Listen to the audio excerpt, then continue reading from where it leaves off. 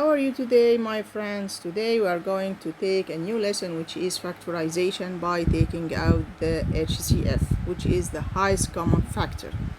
Factorizing any number means writing it as a product of two numbers or more, as well as factorize algebraic expression.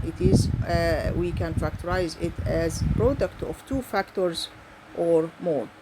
Let us have the first example of today, which is 5x plus 25y. How can we factorize this? We look at the term, which is 5x, and the second term is 25. We have 5 here and the 25 here, which is the multiple of 5. So we pull out the 5. The highest common factor between them is 5. HCF is 5. So HCF equals 5. We pull it out and we open parentheses and we put the first term. When we divide it up by 5x divided 5, remainder x. Okay? And the second term, when we divide it by 5, 25y divided 5, remaining 5y. Okay, let's go to another example. This example says that 2x times m plus 3 minus 4y times m plus 3. Well, when we look at this expression, we have in the first term 2 and the expression, which is the algebraic expression, which is m plus 3. And in second term, what do you think? Yeah, we have the multiple of 2 and we have the same bracket, which is m plus 3. Oh, let's take and factorize this expression. Okay, we have 2 and m plus 3. This is called the highest common factor for this expression. So we take it out, we pull it out of the equation. Then when we take 2 times m plus 3 from the first term, what is remainder? Remainder is x. Okay? And when we take it from the second term, what is remainder here? 4y divided 2, 4 divided 2 remainders 2 equals 2. And y, then m plus 3 is already out. To m plus 3, divided m plus 3, it will go. So this is the solution for this equation, for this expression, sorry. This is the factorization for this expression. This is the solution. Okay, let's move to another example.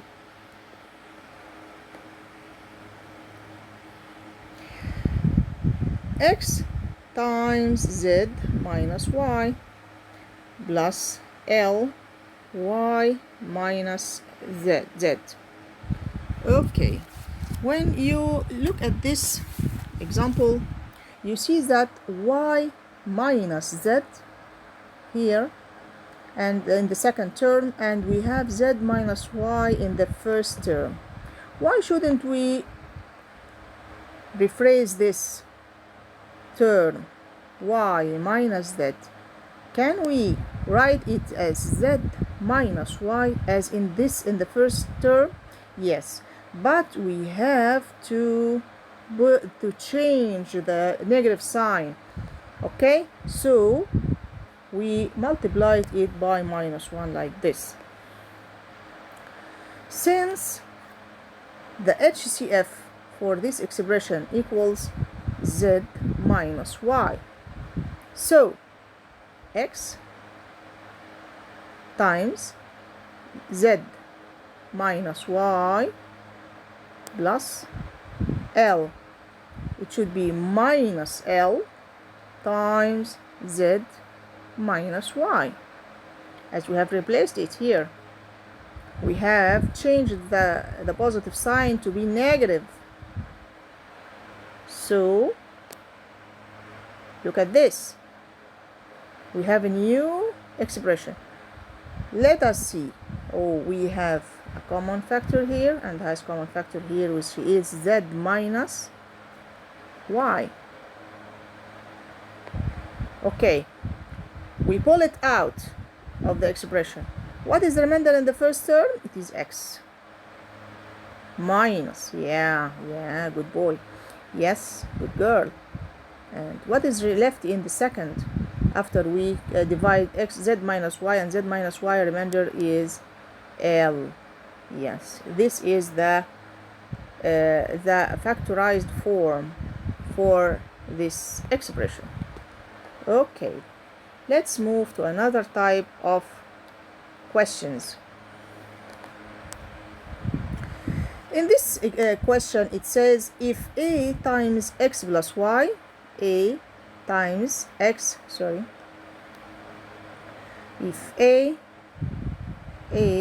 times X plus Y minus B times X plus Y equals 18. And we have that X plus Y equals 3. So find the value of A minus B. Okay, look at the expression and this equation, the first equation, which is we have X plus Y here and X plus Y here. Okay, there are two types of, two ways to solve this problem. It is an easy way. We can use this clue. X plus Y equals 3. So we go to the equation here and replace every X plus Y. We put 3 instead of it. So the first expression is going to be, this is going away. Remainder 3A. Okay. Minus, and this is going away to be replaced by 3. 3B equals 18. So we have 3 here and 3 here. We pull it out the expression to be 3, and the first term replaced is A, and the second 3B divided 3, it will give us B here, equals 18. So A minus B, the required, equals 18 over 3 equals 6. So A minus B equals 6. This is the required in the problem. So we have another type of solution. Look at the equation. This is the easiest way. We get X plus 3 out and replace it by 3 and put it in the equation and you solve it. Okay, let us write the equation again. If A times X plus Y minus B times X plus Y equals 18 and X plus Y equals 3. Okay, there is another solution. If you look at this first expression, we have X plus Y, and the second expression we have X plus Y, so it is the highest common factor, which is X plus Y. We pull it out of the expression. The first term, when we divide A times X plus Y divided X plus Y, remained A. And the second term, when we divide it by X minus Y, it remains B. Look, A minus B is coming out here. Okay, and we have X plus Y equals 3. Let us substitute it. Okay, so 3 times A minus B equals 18. So a minus b equals 18 over 3, which is equals 6. So a minus b equals 6, which is this another solution for this problem. So I hope you enjoyed our lesson today, and you can focus on it and repeat it again to know factorization by taking out the highest common factor. See you later, and bye bye.